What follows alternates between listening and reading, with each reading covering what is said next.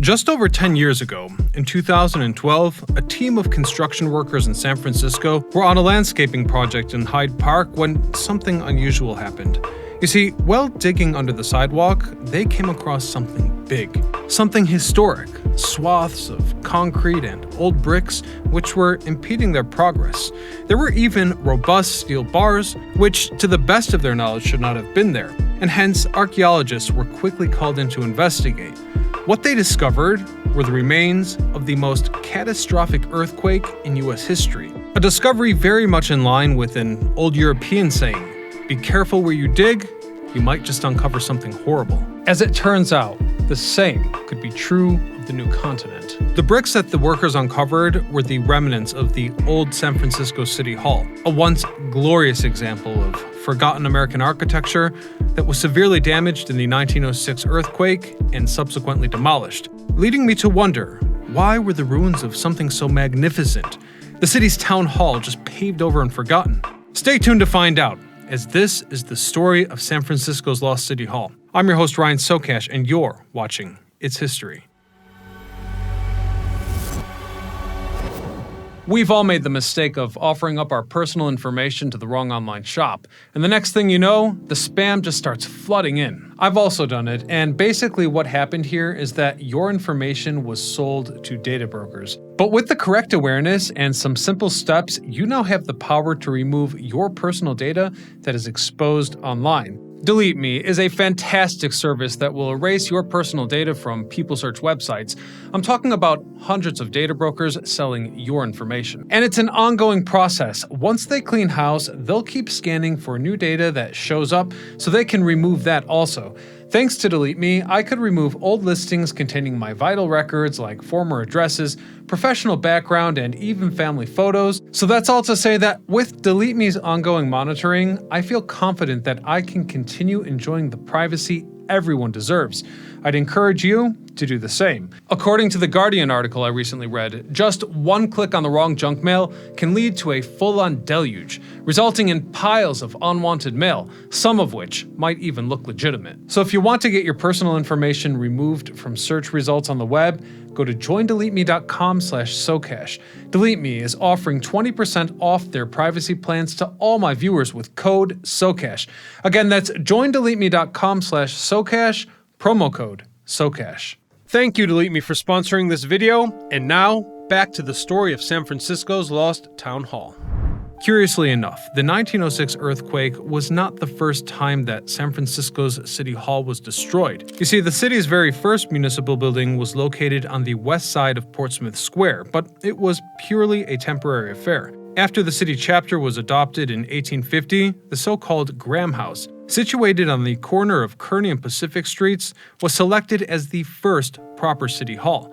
The house was built by James Sutton Graham in 1849 and was meant to serve as one of the city's first luxury hotels. It also just so happens that Graham was then elected to become the city's alderman, a member of the legislative or judicial local government. Anyhow, eager to serve his local community, he suggested leasing the property to the California Supreme Court for $1,000 per month. He, however, ended up only collecting a single installment because not more than a month later, an even more profitable opportunity presented itself, as a special committee deemed the building to be perfect for San Francisco's new city hall. The building and its lot offered ample space and facilities, making it possible to house a police station, a prison, multiple courtrooms, and various offices. The first floor alone could accommodate the county court, recorder's court, and multiple clerical offices, while the second floor housed a common council hall, district and superior courts, and additional rentable offices. With that in mind, Graham graciously accepted the offer of $100,000 for the property, and the council ended up spending an additional $50,000 in adapting the building to their needs. And yet, even that was not meant to be, as just over a year later, the new city hall burned to the ground in the fire of 1851, which consumed almost 3/4 of San Francisco. In 1852, the new city hall was established at 750 Kearny Street between Washington and Merchant Streets in the converted Jenny Lind Theater building. The local government operated in that location for a few years, but due to the city's rapid development, it became clear that a new, permanent seat was needed. Hence, by 1871, a decision was made to build a new, proper city hall. Architects Augustus Laver and Thomas Stent were picked for the job. This seemed like a dream opportunity for Laver, whose family had already been thinking about relocating to the milder climate of the West Coast. But it wouldn't take long for the entire job to turn into a nightmare. Almost immediately, the project entered the phase that is now commonly referred to as, quote, development hell. Laver passed away in 1898, just 1 year after the new City Hall was officially opened. Considering how quickly things were developing in the 19th century US, it could probably come as a surprise that the building took 27 years to complete, a fact that might also give you a clue about its later fate. The original idea for the new City Hall was for it to take the shape of the letter W, with columns and ornamental towers vaguely resembling the French style of the so-called Second Empire. Unfortunately, this initial, ultra-ambitious idea proved to be slightly too expensive for the developing city, requiring multiple redesigns and construction restarts. Oh, and there was one more tiny problem.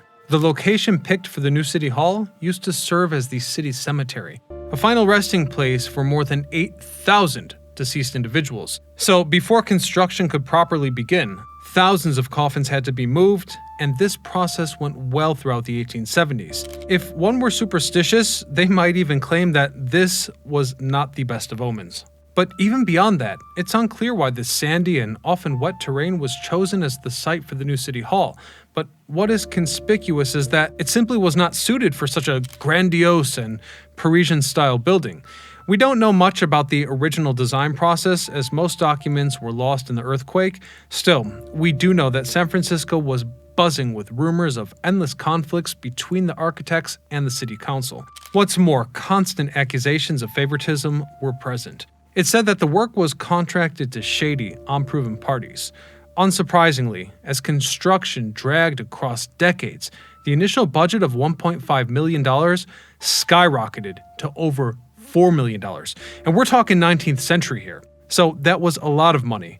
According to the architect's account, the commission responsible for building the city kept changing the narrative to force him to swap pine floors for marble. They even went as far as requesting that more towers needed to be added to the design. Needless to say, by 1890, before the building was even finished, some of the aforementioned towers were already starting to fall apart.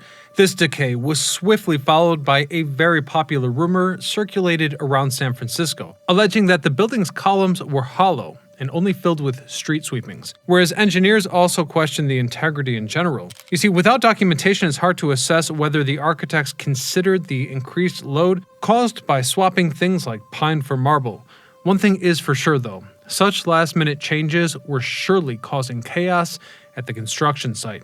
At some point, the architect was fired, and it took 6 more architects before the building was finally opened in 1897. Then, perhaps as an ominous premonition of things to come, just 1 year later, San Francisco experienced a relatively minor earthquake. Surprisingly, the new City Hall suffered significant damage that appeared to be well out of proportion to the severity of the incident. But that was just blind luck. Things with earthquakes were about to get much worse. We all know that San Francisco is prone to earthquakes, with the main culprit being its location close to several major fault lines. And it's these fault lines that are part of the boundary between the Pacific and North American tectonic plates, causing significant seismic activity in the region. On top of that, the area's geological features with its sediment-filled valleys and reclaimed land makes the shaking from earthquakes even stronger. This was very much the case at 5:12 a.m. on April the 18th, 1906, when a 7.9 magnitude earthquake hit San Francisco. Severe shaking was felt from Eureka in the north to the valleys in the south. The earthquake was caused by a rupture occurring along the San Andreas Fault. The line experienced significant lateral movement, with up to 28 feet of displacement observed along a 300-mile segment. It is still often referred to as the deadliest earthquake in the history of the United States, with a victim toll of around 3,000 people.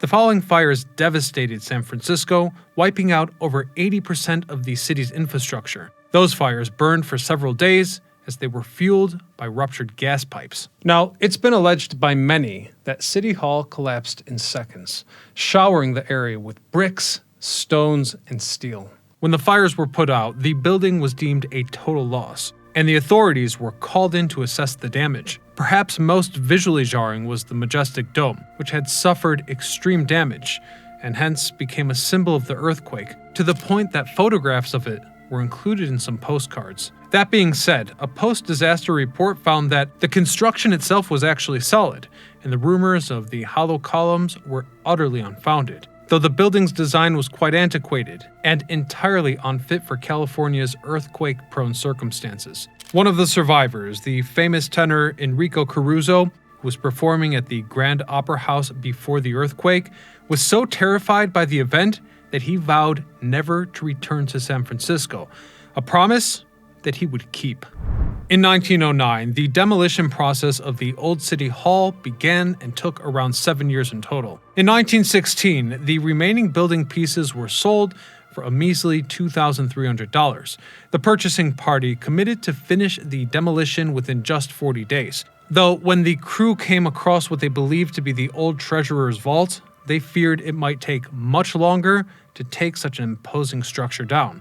But despite its intimidating brick walls, the vault allegedly just caved in like cardboard, immediately after being struck with a hammer. Then, when the crew looked inside, they discovered that the bricks only went one layer deep. Parts of the building, especially some of the foundations over the old Yerba Buena cemetery, were not demolished and were simply covered with soil. And this is why, in the decades to follow, the Old City Hall was rediscovered during various construction projects, most notably in 1933, the 1990s, the 2000s, and of course, in 2012. When San Francisco recovered from the tragedy, it found itself yet again looking for a new city hall. In 1913, the plan for another new building was finally approved.